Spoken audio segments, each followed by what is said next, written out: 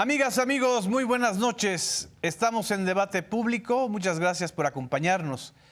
El debate de esta semana tiene que ver con los sucesos importantísimos que se definirán a lo largo de esta semana. En primer lugar, es la sesión el próximo miércoles 28 de agosto del Tribunal Electoral del Poder Judicial de la Federación, que es el tribunal que tiene la última palabra para la calificación electoral y para la designación y calificación de las diputaciones y senadurías del próximo Congreso.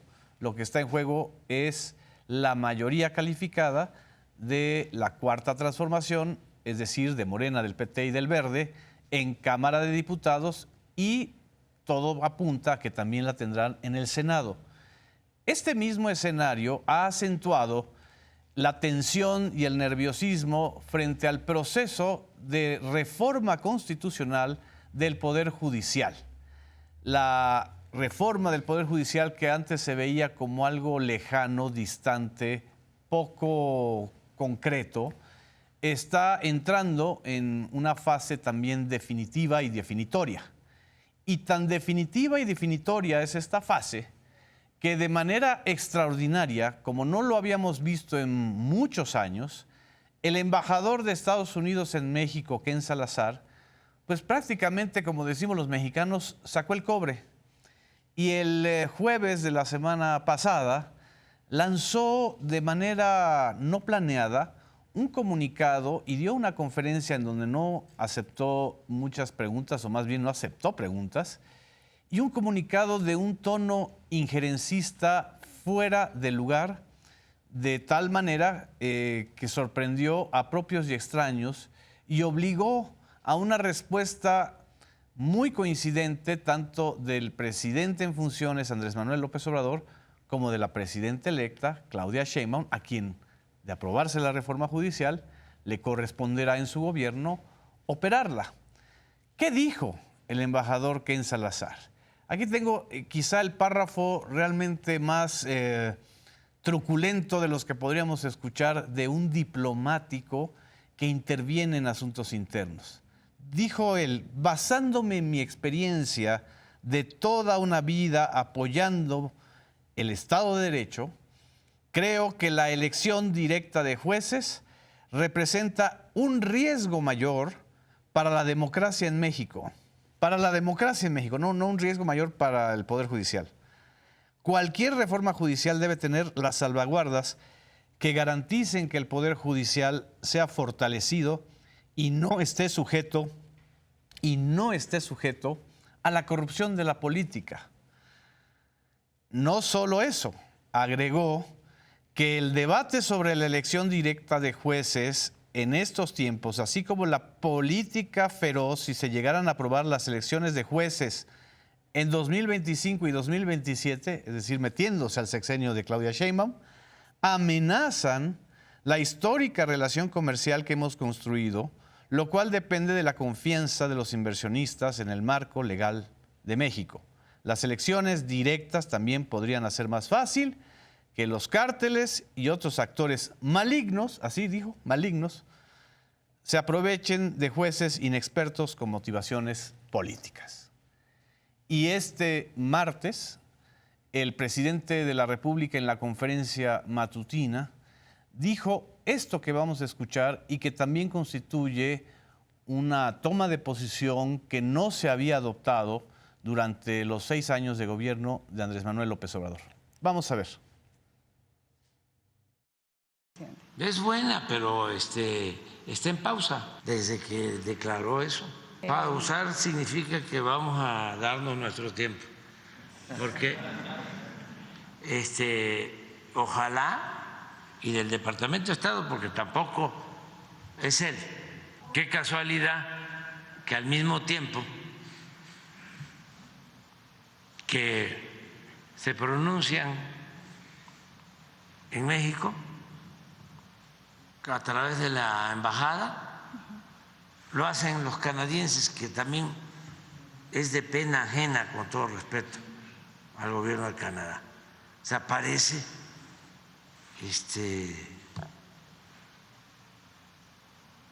estado asociado. Ellos quisieran pues,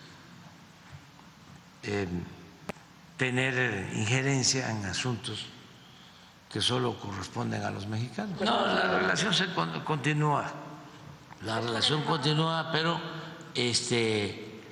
ojalá y haya de parte de ellos una ratificación de que van a ser respetuosos de la independencia de México. Está en pausa la relación, compañeras y compañeros de este debate público. Querida Claudia Martínez, nuestra conductora del noticiero informativo 14 y de Ventana al Mundo, ¿cómo lees esta actitud de Ken Salazar? Gracias. Y la respuesta de López Obrador. Buenas noches, compañeros, colegas. Pues básicamente es como un nuevo capítulo de injerencismo en esta transición que se da política en nuestro país entre el presidente López Obrador y la doctora Claudia Sheinbaum, y también en momentos en que se están viviendo ya las últimas semanas en las campañas en Estados Unidos. Son momentos cruciales en donde se está dando este tema de la reforma al Poder Judicial, y por supuesto que pues sí marca un antes y un después. No veíamos estas declaraciones desde Negroponte que se daban, y justamente se dan por parte del embajador Ken Salazar, quien, recordemos, el pasado 13 de junio había marcado una postura diciendo, bueno, nosotros vamos a decidir conforme a lo que ellos decidan por su soberanía, por las cuestiones internas, no vamos a tener involucramiento, y ahora, de buenas a primeras, cambia el discurso y emite este comunicado que también va muy en el sentido y en la tonalidad que da el propio Departamento de Estado de Estados Unidos en los informes antidrogas que da, en los informes de derechos humanos. O sea, está en sintonía con Blinken. Por supuesto que sí, es muy del discurso que da el secretario de Estado, Antony Blinken, tanto en el discurso como en los comunicados, en los informes que da esta dependencia, que pues recordemos son como los grandes policías del mundo, o así se quieren hacer, pues venderse, ¿no? Como la gran democracia, la primera democracia y la democracia más acabada en el mundo. Dando por parte del Departamento de Estado pues lecciones, ¿no?, de derechos humanos, lecciones de democracia, etcétera, en momentos en que pues bueno, la democracia, recordemos, en Estados Unidos pues estuvo bastante violentada con el ataque al Capitolio, que vienen arrastrando también y que también está en peligro en esta época precisamente de elecciones. Entonces pues es una cuestión bastante coincidente, y recordemos que también es coincidente porque apenas unos días el presidente de México había dicho que Mexicanos contra la Corrupción y la Impunidad estaba recibiendo cerca de 96 millones de pesos precisamente por parte de la Embajada de Estados Unidos. ¿Que depende? Que depende precisamente del Departamento de Estado, que es del cuerpo diplomático. Nada más para quienes son muy jóvenes en nuestra audiencia, recordarles quién fue John Dimitri Negroponte. Bueno, pues uno de los diplomáticos más importantes de Estados Unidos, y por supuesto que también marca este tema como del injerencismo que se viene dando, y a estas épocas, pues bueno, el embajador Ken Salazar tiene una postura bastante interesante, porque a la vez que dice las declaraciones, se desdice en una entrevista en los medios de comunicación que da un día después de estas polémicas declaraciones y de este documento, manifiesto, comunicado, y de la conferencia tan polémica que da en la residencia del embajador. Pues básicamente lo que está mencionando es que sí reconoce la soberanía, pero también considera que es una cuestión necesaria e importante para los inversionistas. Y esto es lo que marca el presidente de México, Andrés Manuel López Obrador, que no tiene nada que ver la cuestión comercial, que es una cuestión política de la soberanía. Pero Ken Salazar, querida Luisa, él quiere que lo inviten a la fiesta. Es decir, a mí me dio risa porque después, queriendo matizar, según él, dice que todo lo que ha dicho y lo que dijo ese jueves 22, fue en afán de diálogo, de cooperación y de poder tener una interlocución con el Poder Ejecutivo, con Andrés Manuel López Obrador y con Claudia Sheinbaum. Ya habían pasado las mesas de reforma, de la consulta de reforma judicial, ya estaba en comisión dictaminadora el proceso de la reforma judicial. En fin, ¿cómo leerías tú esto? Creo que el embajador Salazar está operando la parte que le toca. Ahora en este vaso comunicante que vemos con Negroponte, justamente Estados Unidos ¿Tú nunca te acuerdas dice... de Negroponte? Lo revisamos más bien porque ahora que Xóchitl estuvo de gira en Estados Unidos, justamente se reunió con estos como think tanks de derecha organizados por su esposa. Exacto. Entonces tuvimos que revisar esta figura que fue intervencionista no solo en México, sino en varios países de En América Honduras, Latina. en Centroamérica, y fue el embajador Exactamente. durante la negociación del Tratado de Libre Comercio de la época de Carlos Salinas. Fue el de Bush, papá. Exactamente, y era un embajador acostumbrado, conocido como el halcón, o sea, era un halcón y no una paloma, como dicen los norteamericanos, pero siendo un halcón, tuvo un cuidado extremo de no Operador. tener, exactamente, era más un operador que un, Más que diplomático. que un declarante, ¿no? Lo cierto es que Estados Unidos nunca dice están en juego mis intereses, dice está en juego la democracia de democracia de Afganistán, de México. Irak, de El Salvador, de Honduras, de México.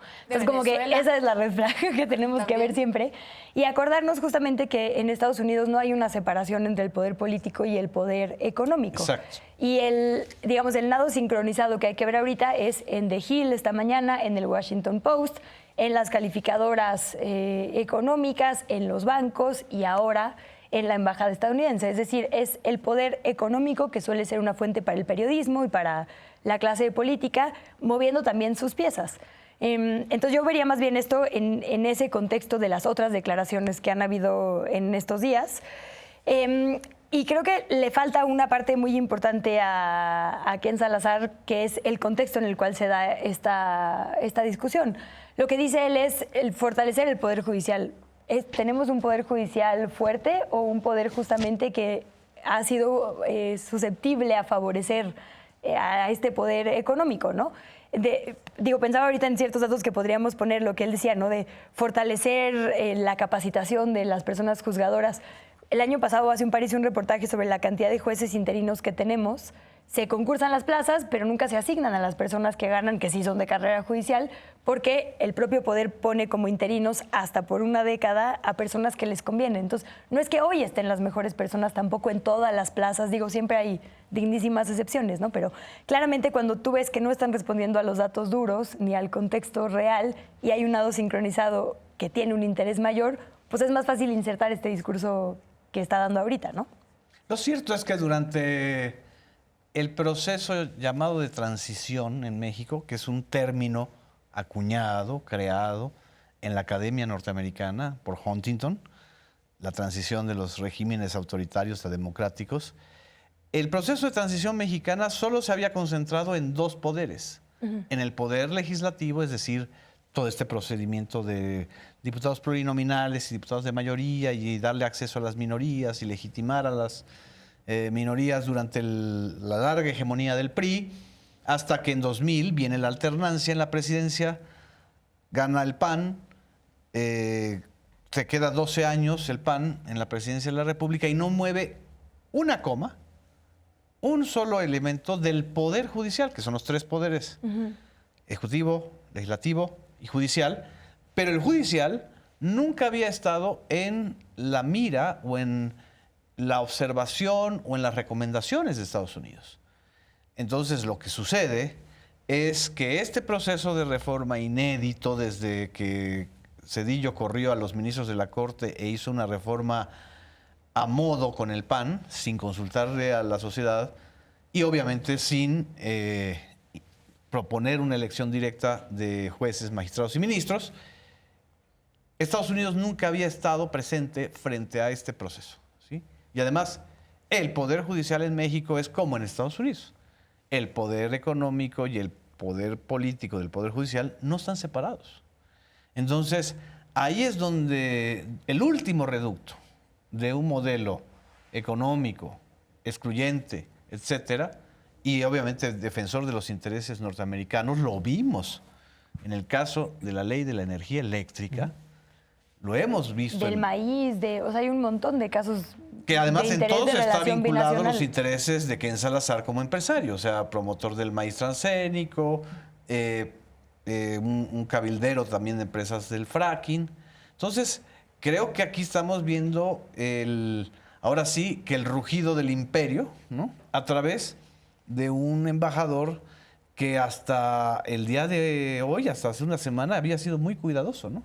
Y sobre todo, bueno, él como fiscal dice, bueno, yo en mi calidad de exfiscal de Colorado me identifico con algunas políticas que ha hecho Kamala Harris como fiscal también de California en cuanto a que tenemos que tener como un cuerpo fortalecido en cuanto al poder judicial, etcétera. Pero pues esa es como una parte. Y la otra parte también es como un guiño a todos los empresarios de Estados Unidos que vamos a lo mismo. En época de elección, pues obviamente también hay que tratar de coquetear, ¿no?, con estos sectores que tradicionalmente podrían pensarse que le van a dar el voto a Trump, a los republicanos, etcétera. Entonces eso de cierta manera también es como un guiño para decir, bueno, también estamos cuidando los intereses de los republicanos en otros países. ¿Tú crees que haya una intención electoral interna de las declaraciones de Ken Salazar? Sí, definitivamente yo creo que sí. O sea, todo en este periodo de campañas nada es casualidad. Entonces, básicamente sí está como bien ligado a este tema para que, pues, eventualmente también dentro de Estados Unidos haya un poco como más de tranquilidad, etcétera.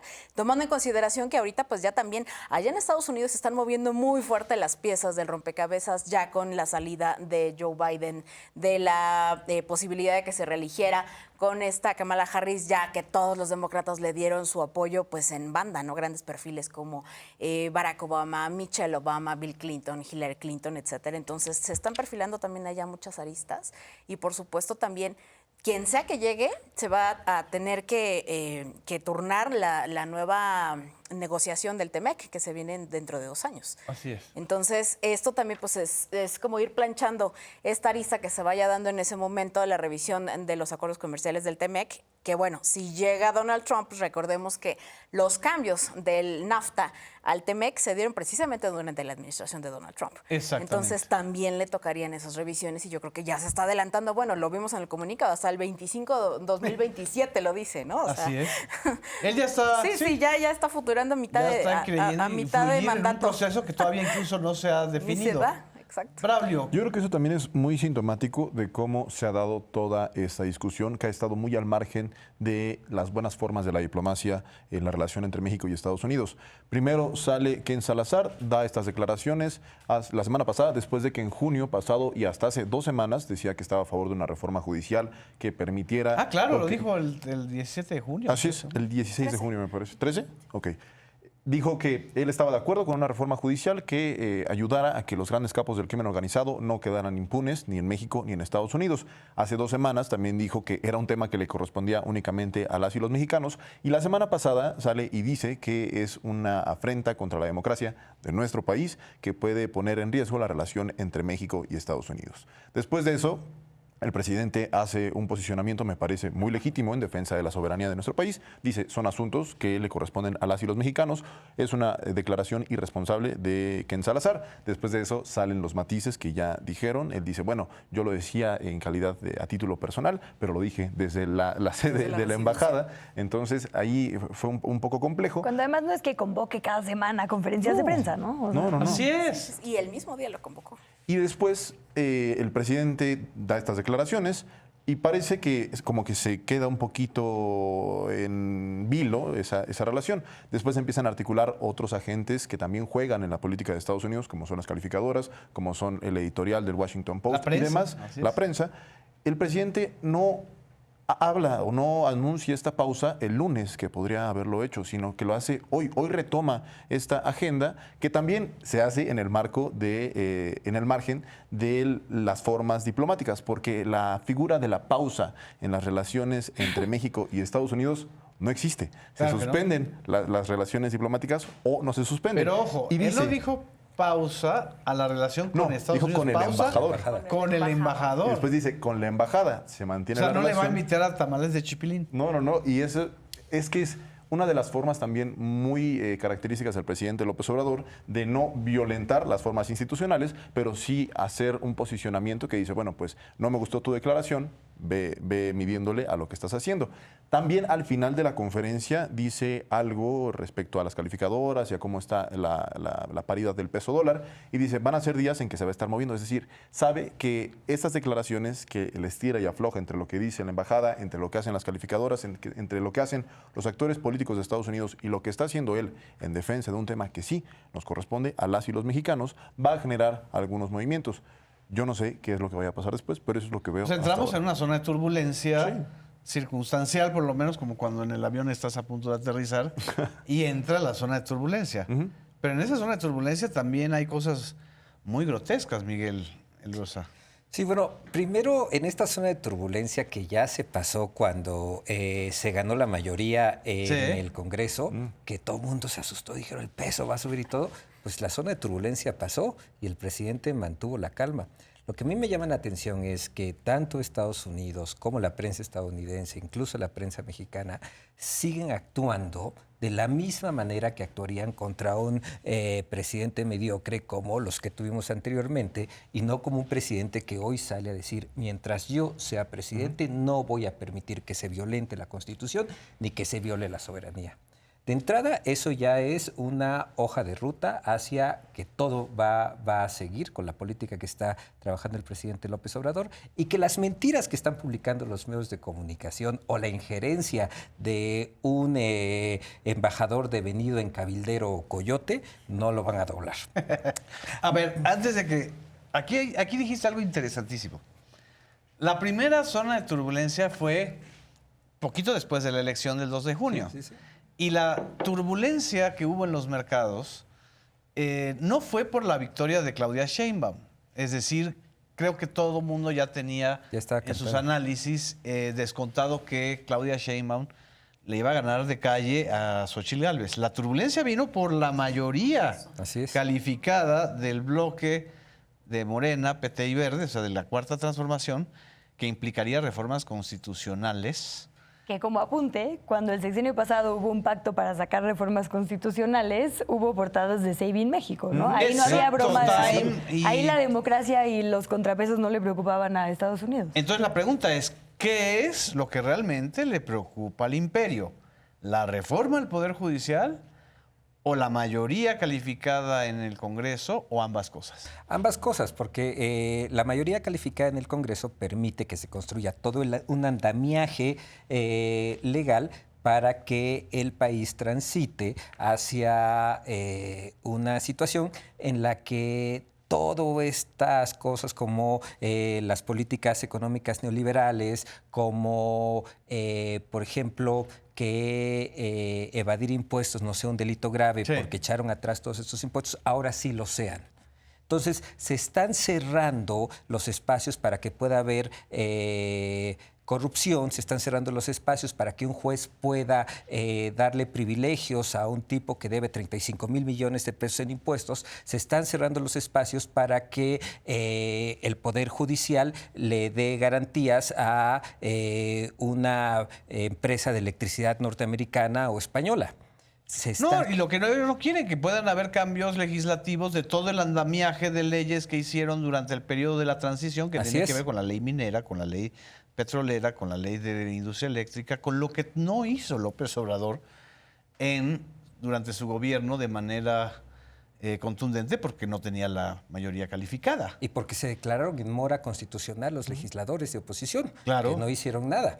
Pero en ese sentido sí se están todas estas fuerzas se están moviendo en contra de lo que le interesa a la mayoría de los mexicanos. Y una de esas cosas que le interesa a la mayoría de los mexicanos es reformar el Poder Judicial.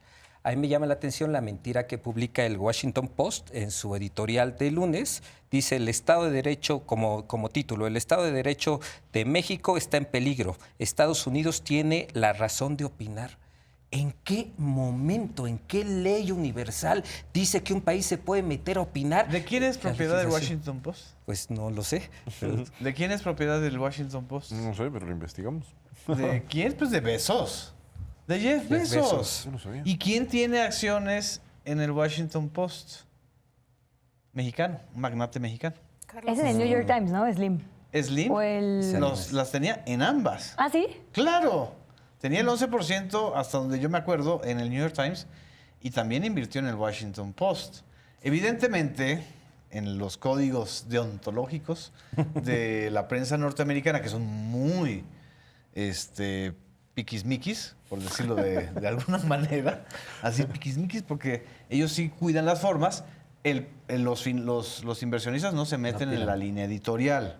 Pero Sí, ya eso han van dicho. varias del Washington Post, en donde evidentemente tú estás observando es un brazo ejecutor y declarante del poder económico, no del poder periodístico. Así es. ¿No? Pues Y yo... eso- no, por favor, adelante. no. Bueno, perdón. Debatan. Pequeño punto solo eso. Cuando estaba el tema de Joe Biden, que si se bajaba de la candidatura o no, etcétera.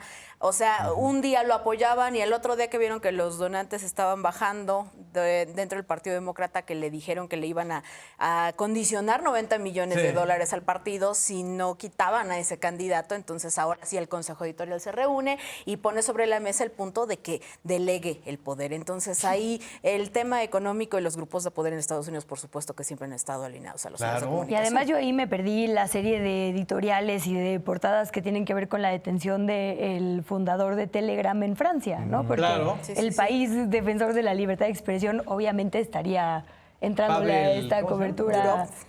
¿Cómo? Pavel Durov. Pavel Durov. De origen también ruso. Ruso. Franco Digo, ruso. sin otorgar que todas las plataformas tienen áreas muy importantes de oportunidad de revisar absolutamente, pero justo no es la única, ¿no? Donde suceden actos que pueden ser constitutivos de violencia. Es decir, hay un componente geopolítico claro ahí también. Claro. Y bueno, cuando Maduro rompió con WhatsApp, que también esa es toda otra Otro gran conversación. tema. Pero bueno, fue trending topic, todo el mundo lo subió, estuvieron hablando, y esto pasó por debajo del... ¿No les ha generado una indignación como le generó lo de Maduro y WhatsApp? Porque Estamos a hablando de la Zuckerberg, detención. o al ente Zuckerberg, no sabíamos si es el individuo o todos los intereses que están en torno a Meta, que era Facebook, pues ahí están metidos todos los intereses de la industria militar, de la inteligencia, del seguimiento de datos, en fin, de la vulneración. Pero creo que nos tenemos que ir a un corte, vamos a un corte, no nos dejen, regresamos y seguimos con estos tiempos de turbulencia temporal.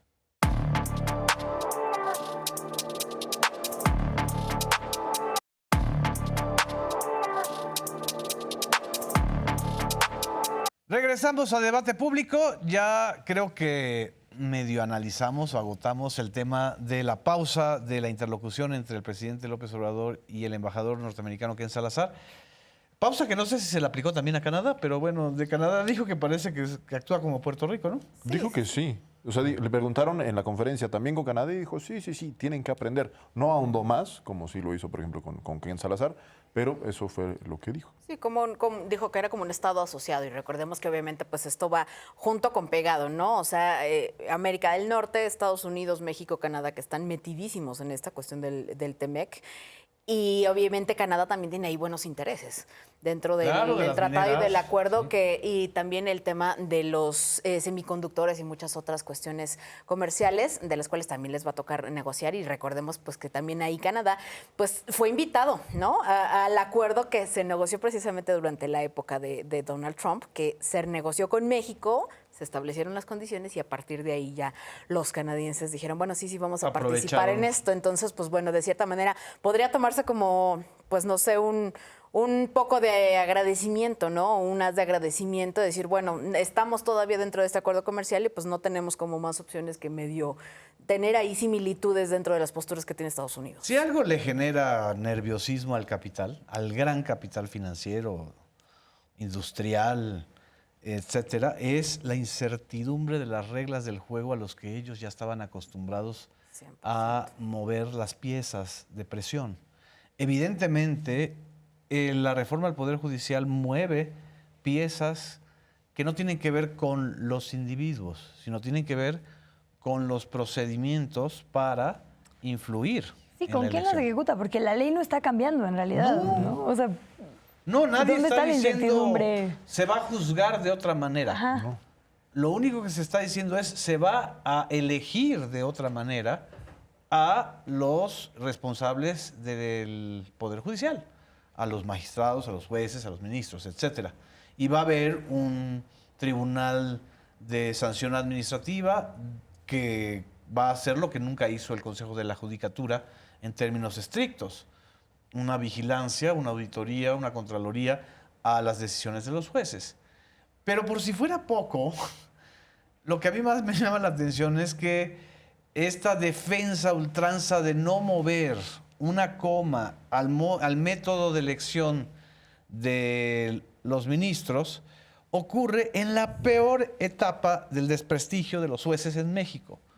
Pero la peor, o sea, los estamos viendo. El día de ayer, la ministra Norma Piña le designa a Alberto Pérez Dayán, ministro que estuvo unos días antes en un lugar privilegiado, en el Foro Sol, propiedad de los En la Salinas Arena. Pliego, en la Arena, perdón, en la Arena, México, para Vi tu tweet, por eso lo sé. decir, a él le va a tocar revisar el crédito de los 18.500 millones de pesos fiscales y ahí para simular o guardar las formas a Yasmín Esquivel le dejaron el de 1.200 millones. Es decir, como este caso está pues todas las liberaciones de Mario Marín, de lo que citó la propia presidenta electa, de un juez que liberó en un sabadazo a Rafael Caro Quintero. En fin, creo que no hay un mexicano o mexicana en estos momentos que te pueda decir, no, sí hay que salir a la defensa de los jueces porque se han portado muy bien, ¿no? Sí. Y Entonces, también en este contexto pasa, aparte de esto del crédito fiscal, también se admitió un recurso que promovió Marco Cortés, que fue turnado a la ponencia del ministro Alcántara Carrancá, que fue quien puso la casa, ahora sí, para la cena, y que es un tema electoral, porque el para presidente... la cena con los magistrados. Con los magistrados electorales y con Alito Moreno, donde también estuvo invitado el coordinador de campaña de la ex candidata del PRI, del PAN y del PRD, Xóchitl Gálvez. Estuvo invitado Santiago Krill. Esto que se admite llama también la atención porque es materia electoral. Es un recurso que presenta Marco Cortés, el presidente nacional del PAN y senador plurinominal electo por el Partido Acción Nacional, contra la asignación de las diputaciones plurinominales y también de los escaños en el Senado de la República por la vía plurinominal. Y llama la atención porque la autoridad encargada de resolver asuntos en materia electoral, de acuerdo con lo que dice la Constitución, es el Tribunal Electoral del Poder Judicial de la Federación, que ya recibió en los últimos días más de 700 denuncias ciudadanas y demás. 1.600, ¿no? Dijeron ayer que había ya recibido. Sí, yo el último dato que tenía eran los 700, pero 1.600. bueno. 1.600 que tendrá que resolver también antes del miércoles. Es competencia... mañana. Mañana. O sea, las tiene que resolver hoy. O sea, un día A más antes tardar. de la Bueno, sí. sesión o al más tardar mañana. A más tardar mañana, según lo que entiendo. Pero es competencia del Tribunal Electoral, lo admite la Suprema Corte de Justicia de la Nación. Y es raro, porque también lo que intentan argumentar es la interpretación de dos leyes distintas, pero la Constitución en el artículo 99 contempla que la Suprema Corte puede entrar en temas de índole electoral cuando haya discrepancias en la interpretación de un mismo artículo o de una misma ley. Exacto. Es decir, no está dentro del cauce de lo institucional ni de lo constitucional, que se supone eso es la bandera de defensa en contra de la reforma al Poder Judicial, que si se aprueba el cambio en el método de elección, que no cambia sustancialmente la forma de impartir justicia en nuestro país, el Poder Judicial, la Suprema Corte y todas las personas juzgadoras podrían estar sometidas al poder político o a los partidos que los impulsaran. Es el argumento también que enarbola Ken Salazar. Y qué importante esto que hace Norma Piña, admitiendo este trámite y turnándolo a tal ponencia, porque sí nos habla de la importancia de tener un poder judicial autónomo e independiente. Claro. ¿Qué pasaría si no fuera autónomo e independiente? Pues probablemente se podrían admitir recursos que están en el marco de la legalidad en temas que ni siquiera son competencia de la Suprema Corte de Justicia de la Nación. Habrá que ver qué es lo que argumenta la ponencia del ministro Alcántara Carrancá para poder darle trámite a este recurso que tampoco tiene precedente. Así es, porque es falso. Porque los partidos políticos no van a elegir a los jueces. Sí. Los quienes los van a elegir van a ser los ciudadanos.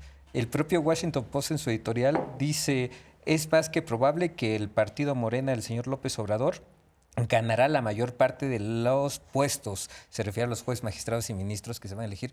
Pues Morena ni ningún partido político va a proponer. A ver, explica esto porque creo que es bueno que lo expliquemos en el debate. Porque el ballet folclórico del Estado de la Derecha, que ahora ya es el ballet folclórico de Latinus, que ahorita lo vamos a ver, han estado insistiendo en que la reforma del Poder Judicial va a llevar al país a una dictadura, ¿no? Porque con la mayoría calificada, automáticamente van a quedar los jueces y los magistrados y ministros que decida el Poder Legislativo, Pero no es así. No, ¿Cómo podemos...? pongamos, por ejemplo, el caso de los ministros, ¿no? Sí. Actualmente, ¿cómo se eligen los ministros? El presidente de la República manda una terna al Senado y el Senado elige a uno de esos y si no lo regresa y si no otra vez y si del Senado no decide, el presidente ya designa de manera El Senado directa. tiene que elegir por 2/3 veces. partes. Así es. Ah, sí. Entonces Sí. está Y en dos garantizada- oportunidades. Si no se ponen de acuerdo, Exactamente, ya. una mayoría. ¿Cómo va a ser ahora, o lo que propone la reforma al Poder Judicial, es que primero le quita esa capacidad al presidente de poder decir quiénes pueden ir al Senado a ser designados? En primera instancia le quita poder al Le presidente. quita la terna. Le quita la terna. Segundo, el Poder Ejecutivo va a proponer en el caso de los ministros, a 10 personas, el Poder Legislativo a 10 personas y el Poder Judicial a 10 personas. Eso también derriba la mentira de que se acaba la carrera judicial, porque estos propuestos por el Poder Judicial van a salir justamente de todos aquellos que llevan trabajando toda su vida. en el Igual que Poder los del Judicial. Poder Legislativo y los del propio presidente. Exactamente, ahí están tomados en cuenta. Entonces, de estos 3 grupos que suman 30, la ciudadanía va a elegir. Entonces, ¿en qué momento los partidos políticos se meten en elegir? Pero es que la trampa de la argumentación es que como Andrés Manuel López Obrador es el presidente, es que además siguen pensando que Andrés Manuel López Obrador va a quedar Así es. 90 años en el poder. O sea, ellos están ya en un trip muy raro. Andrés Manuel López Obrador deja el poder el 30 de septiembre. ¿no? Sí. Entonces, el Ejecutivo Federal, en ese caso Claudia Sheinbaum, en el 25 va a proponer 10 personas que van a salir ¿de dónde? De una tómbola. Así es. Y no de una... Pero no cualquier persona, tienen que pasar, o sea, la Sí, tómbola claro, se hay compone filtros, por hay idoneidad requisitos. también. Hay es que eso es filtros. importante. Cámara de Diputados y Senado como Congreso de la Unión en uno solo va a proponer 10 otros personas. 10. Así Eso es. entiendo, ¿estoy bien? Sí. Y también van a ser insaculados. Sí. O sea, va a ser por tómbola. ¿no? Y el Poder Judicial, no sé si también insacule. Ahora, eso es parte de la reglamentación. O sea, digamos que la Constitución pone la regla general y Así ahora es. falta la Ujú. reglamentación de esos la ley detalles. general.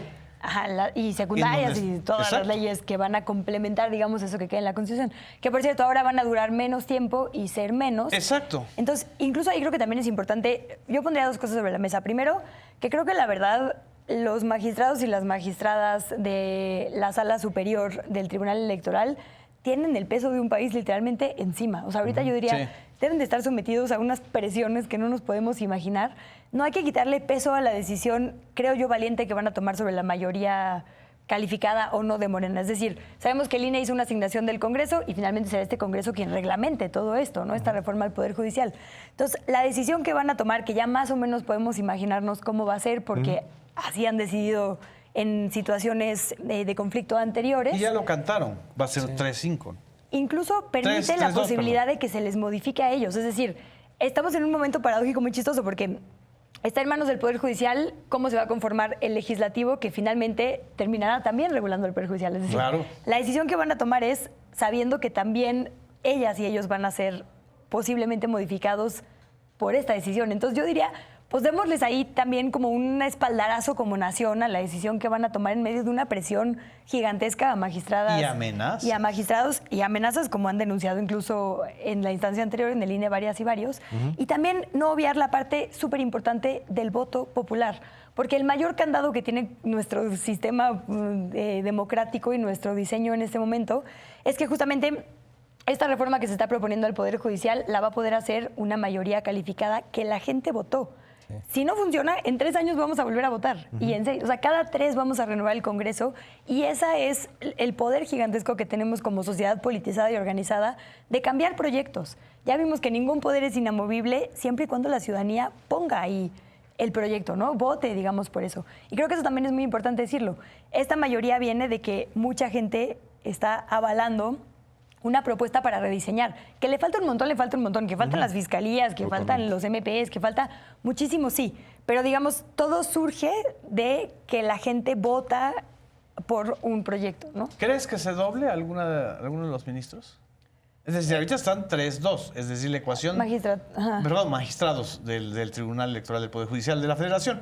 Están 3, que es el bloque de los Felipes, Felipe de la Mata y Felipe Fuentes, más la ministra presidenta, Mónica Soto, y están Reyes Rodríguez y Yanino Tálora, que son los otros dos, en contra, ¿no?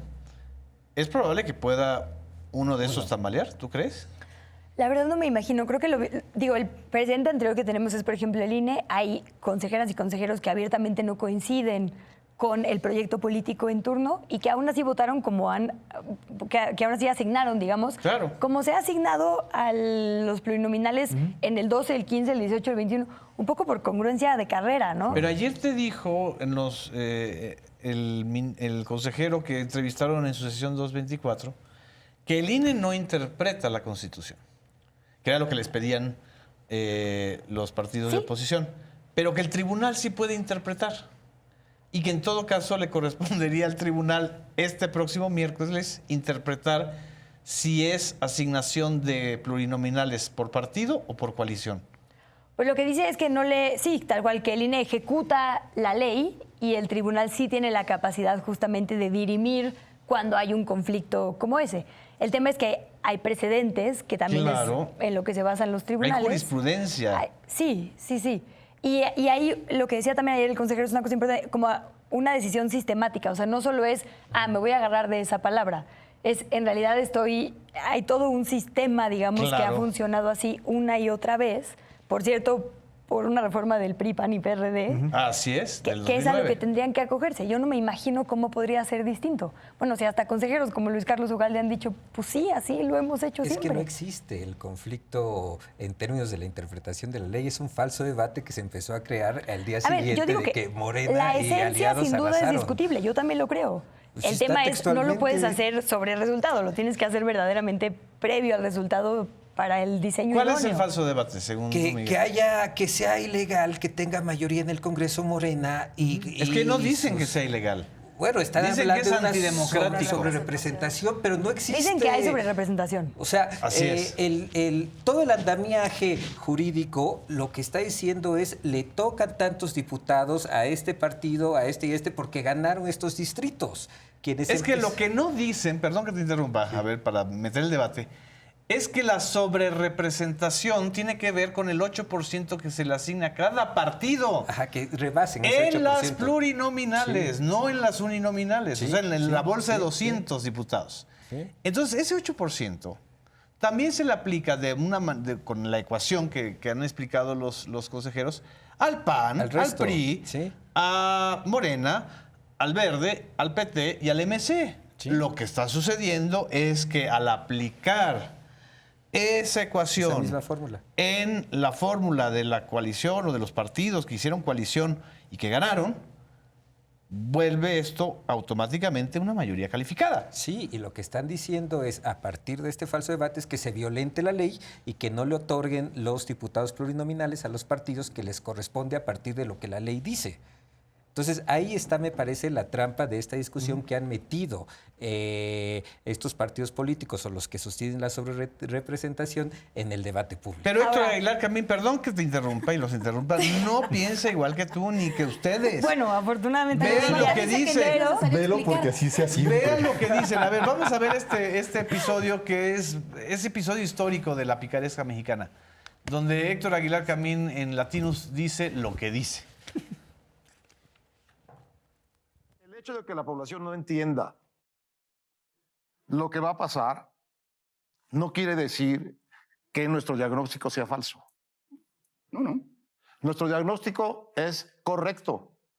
La población lo puede o no entender. Lo que va a pasar, lo que va a pasar es una autocracia legal, una dictadura. Digo autocracia legal para distinguirla del PRI, porque el PRI no tenía la legalidad para actuar como una dictadura y tenía siempre una reserva de pudor y de cuidado de las formas. Por cierto, lo mismo que Porfirio Díaz. Es que es increíble lo que está diciendo Héctor Aguilar, que es así como su propio epitafio, ¿no? Y además, perdón, ahí voy a meter, bueno, ahorita regresamos a Héctor Aguilar Camín, es que no quería obviar una parte que decías que es muy importante. Esto tiene que ver con la cantidad de figuras que pueden meter, porque en realidad los grupos parlamentarios también se reconfiguran. O sea, Claro. en realidad, llegando ahí podrían decir todos, ahora vamos a hacer del PAN y se acaba la mayoría calificada. La disputa ahorita es por quiénes los grupos políticos quieren meter vía estas listas. Y además los incentivos para formar o no parte de una mayoría calificada o de una minoría descalificadora. Esos incentivos ya no están como cuando se eligió la primera legislatura del inicio del gobierno de López Obrador, donde evidentemente nuestra otra compañera muy respetable de los medios públicos, heroína de la democracia, Lili Telles, gana con los votos de Morena y se cambia de bancada, o Germán Martínez, ¿no? Es decir, siempre puede haber el chapulineo, ¿no? El tema Y es... además se andan peleando con Manlio Fabio. Ah, no es cierto, no. Y luego se andan peleando, con Manlio Es que eso Fabio. traían hoy las columnas. Sí. Que además, a ver, como si Manlio Fabio, híjole, fuera así como el retorno del Jedi, ¿no?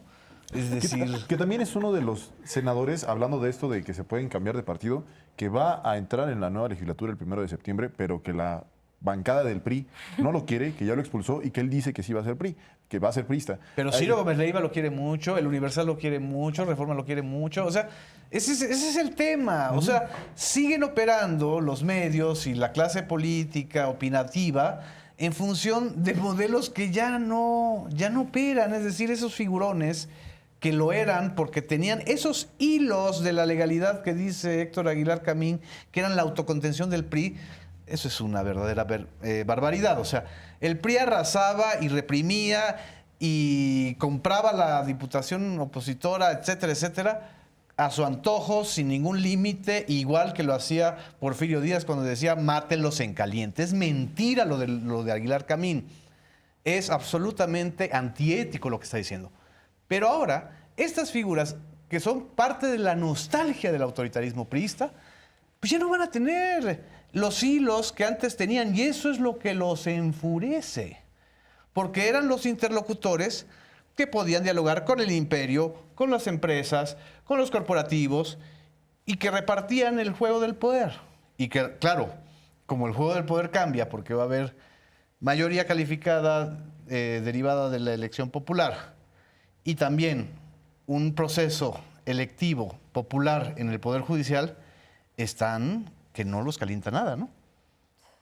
Perdón, te interrumpí. Sí. No, parte de lo que iba a decir es que también todo este proceso de la elección de la victoria de Morena, PT y Partido Verde, como ganaron el 2 de junio, ha desmontado muchos de los argumentos de los que se colgaban también parte de estos hilos.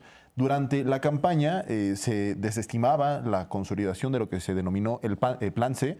Decían que Morena no iba a ganar la mayoría calificada, que era completamente inviable y que las mayorías calificadas no se ganaban en las urnas, sino que se construían en el Congreso.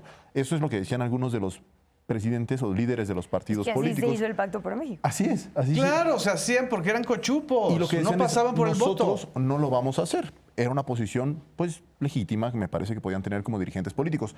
Ahora que puede articularse y construirse una mayoría calificada en el Senado de la República por esa vía, por la negociación, como se ha hecho históricamente, también están llamando eso como un asalto a la democracia, como el fin de del Estado de Derecho. Incluso el propio Enrique Krause, también otro de los grandes intelectuales orgánicos del régimen priista, habla, hoy ya dijo que no vamos a hacer monarquía, dijo que es abiertamente una dictadura. Entonces, se están desmontando también muchos de estos reductos o posicionamientos desde donde construían también su relato y estamos viviéndolo. Entonces, eso me parece en sí histórico. Así es, se desmontaron y se están estos grandes figurones y estas reglas y este tipo de juegos en donde, pues, ustedes se imaginaban que en un canal público, una mesa de debate como esta pudiera siquiera rozarle con el pétalo de una crítica al santón de Héctor Aguilar Camín o al santón de Enrique Krause que producía con Televisa y que ahora ya no producen en Televisa, y por si fuera poco, ahora Héctor Aguilar Camín se queja de que Televisa lo está corriendo porque seguramente hay un tema de sesgo. Es decir, cuando entonces sí les conviene estar con el imperio mediático y hacer negocios con Enrique Peña Nieto a través de TV Promo y a través de Alejandro Quintero, ahí sí les conviene, pero ahora que están y perdieron la mayoría en las cámaras y también la capacidad de análisis la han perdido, entonces ahora se quejan, ¿no?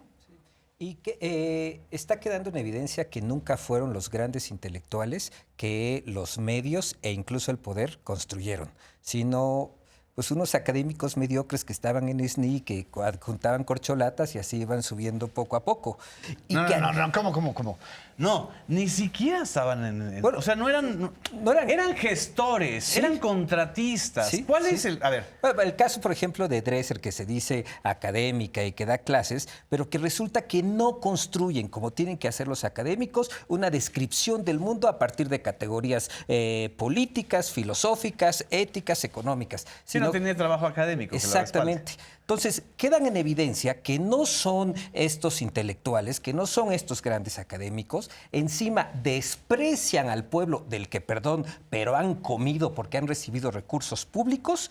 Y en el caso de Aguilar Camín, por ejemplo, no le importa lo que opine el pueblo, solo le importa lo que dice Carlos Salinas, porque Pues sí. a él le pedía dinero.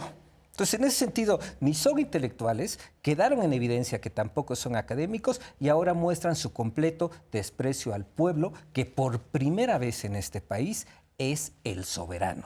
Si hay una mayoría hoy en el Congreso que puede realizar cambios legislativos, es no por los cochupos de las élites que se ponían de acuerdo, es porque hubo un soberano que decidió otorgarle la mayoría a un proyecto de nación, no solo a un partido político, a un proyecto de nación que ha dicho vamos por la cuarta transformación, vamos a cambiar el andamiaje político y lo que va a sostener a este andamiaje legislativo va a ser algo que hemos llamado humanismo mexicano, que tiene estas categorías que los grandes intelectuales de antes, que ahora se quejan en Latinos, no entienden. Y que también Amén. retomando a lo mejor un poquito de lo que decía Luisa, como soberano en 3 años, pues bueno, esta mayoría calificada no es un cheque en blanco. Si Claro, esta mayoría se puede calificada perder. se separa Sí, de lo que 3 la gente años. votó en las urnas, en 3 años podrá removerla y también incluso al Ejecutivo, porque ahora se podrá llevar a cabo la figura de la revocación del mandato a la mitad del sexenio de la doctora Claudia Sheinbaum. Es decir, el soberano tiene el poder de cambiar su forma de gobierno y de cambiar a sus representantes,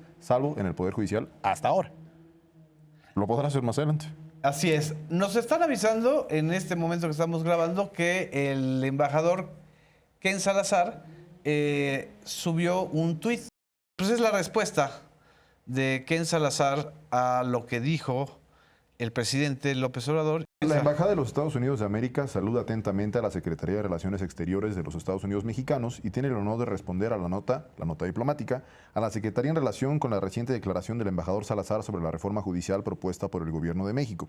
Estados Unidos sigue apoyando el compromiso de México de fortalecer el Estado de Derecho a través de la reforma judicial, con el objetivo de crear un poder judicial que goce de independencia, autonomía y legitimidad.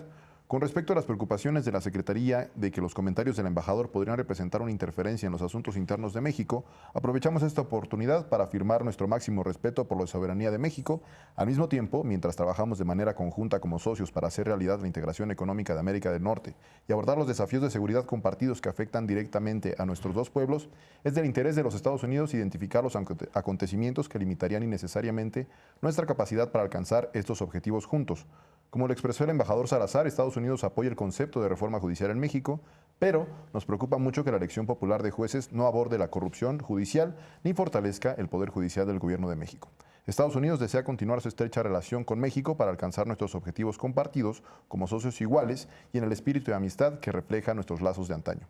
La Embajada de los Estados Unidos de América aprovecha esta oportunidad para reiterar a la Secretaría de Relaciones Exteriores la seguridad es de su más alta consideración y listo. Eso es lo que dice el comunicado. Hay un giro Fecha del breve. 23 de agosto. Sí, ¿no? Sí es una ratificación, Sí, ¿no? es una Al respecto. ratificación. Eso sí. de la postura. Y es pues el juego diplomático, ¿no? Ujú. Lo que es cierto es que ha tenido que salir el embajador, ha tenido que dar entrevistas, ha tenido que salir ahora la embajada y aún así no van a poder Pero yo influir creo en que el es un proceso estate quieto a Ken Salazar, porque la del 23 la firmaba Ken Salazar y ahora la firma la embajada. Así es. O sea, como que el aparato corrige. del Departamento de Estado entra en acción o cómo. O sea, como que dijeron, bueno, si el break es con Ken Salazar, la embajada dice. Operación Curita. Yo que sí sigo bien. Operación Curita para no estar en pausa. No, bueno, yo solamente añadiría que sobre este tema de la reforma al Poder Judicial, finalmente hay muchos actores que están enfrascándose en el debate nacional que se está dando, pero también recordemos que también se ha hecho en otros países. Bolivia, por ejemplo, es el único país de América Latina en donde la elección de los jueces y de los magistrados es por voto popular, por una reforma que hizo el presidente Evo Morales en el 2009, que inició en el 2011, y también hay otros países como Suiza, que se eligen los jueces estatales por el voto del pueblo, y también en Japón, que incluso son ratificados cada 10 años. Entonces, tratemos de abrir un poco el foco, ¿no?, dentro de esto y ver que también se está haciendo en otros países, cómo está avanzando también la cuestión legislativa y la cuestión judicial en otras naciones. Y si no funciona, también se puede cambiar ese método o se puede perfeccionar. El tema es que les molesta que se muevan las reglas del establishment que ellos ya tenían, en donde ya sabían qué botones apretar y que ya tenían la hoja de ruta, ¿no? El proceso de democratización del Poder Judicial estamos viendo que genera una electricidad muchísimo más impresionante de lo que nosotros podíamos imaginar. Esto es otro de los, sinceramente, antes de ir a terminar el debate, yo creo que este es uno de los grandes aciertos también de López Obrador en su pedagogía política. Colocó un tema que no estaba en la agenda general, y entonces afloraron los intereses de una manera tan descarnada, están aflorando de una manera tan descarnada, que eso también nos está demostrando lo difícil o lo duro que es transitar de un modelo de régimen a otro régimen. También creo que vale la pena apuntar que para transformar de gran calado a la justicia en nuestro país hace falta también otra reforma en materia judicial, pero hacia las instancias encargadas de la procuración de justicia, que fortalezca a los ministerios públicos, que fortalezca a las procuradurías o fiscalías en su defecto, y también que le dé competencias, al menos eso es algo que ya se hizo en la Ciudad de México, a las policías en materia de investigación. Es un modelo que en la ciudad ha funcionado bastante bien y que valdría la pena que se discutiera también a nivel nacional para, pues, que sí, el objetivo de las reformas judiciales, me parece, tiene que ser que la justicia sea accesible para la gente. Eso me parece que es lo fundamental. Así es. Pues ya se nos fue el tiempo. Muchísimas gracias, compañeras, compañeros. Gracias. Gracias a todas y a todos ustedes por seguirnos en este debate público. Nos vemos en la próxima emisión.